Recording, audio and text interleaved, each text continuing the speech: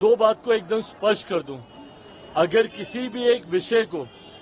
उदाहरण के तौर पर दिखाकर अगर सरकार की नीयत में सवाल उठाया जाएगा तो आज की तारीख में सरकार का अंग होने के नाते मैं इस बात को स्पष्ट कर दूं, हेड ऑफ द गवर्नमेंट मेरे प्रधानमंत्री हैं और प्रधानमंत्री जी की सोच कतई आरक्षण विरोधी नहीं हो सकती। पीछे कुछ दिनों पहले जब अनुसूचित समाज में भी आरक्षण को लेकर मतभेद को पैदा करने का प्रयास किया गया था, सुप्रीम कोर्ट के द्वारा जिस तरीके से उसमें अलग अलग प्रावधान बनाए जाने की बात कही गई थी, उस पर भी मेरे प्रधानमंत्री ने स्पष्ट तौर से कहा था और ये कैबिनेट की मीटिंग में ही इस बात को कहा गया था कि आरक्षण को जिस तरीके से बाबा साहेब भीमराव अंबेडकर ने जो प्रावधान बनाए हैं वही प्रावधान वैसे ही लागू रहेंगे। आज जिसका आप जिक्र कर रहे हैं, दूसरी बात ये, पहली बात तो सरकार की सोच पूरी तरीके से आरक्षण के समर्थन में है, प्रधानमंत्री जी की सोच आरक्षण के समर्थन में है। दूसरी बात, मैं और मेरी पार्टी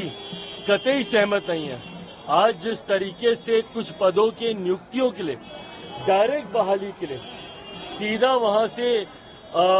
डिमांड्स मांगी गई है जिसमें आरक्षण का ध्यान नहीं रखा गया है,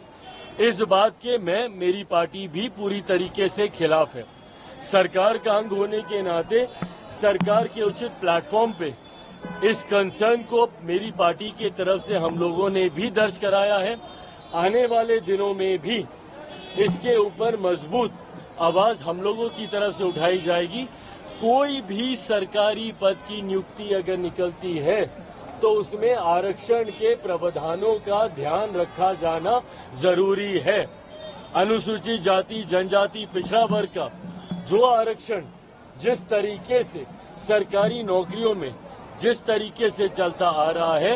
हर नियुक्ति में इसका ध्यान रखा जाए, ये अनिवार्य है। और अगर ऐसा नहीं रखा जाता है, जो कि आज हम लोग को भी देखने को मिला है, इसके लिए सरकार उचित कार्रवाई जरूर करेगी।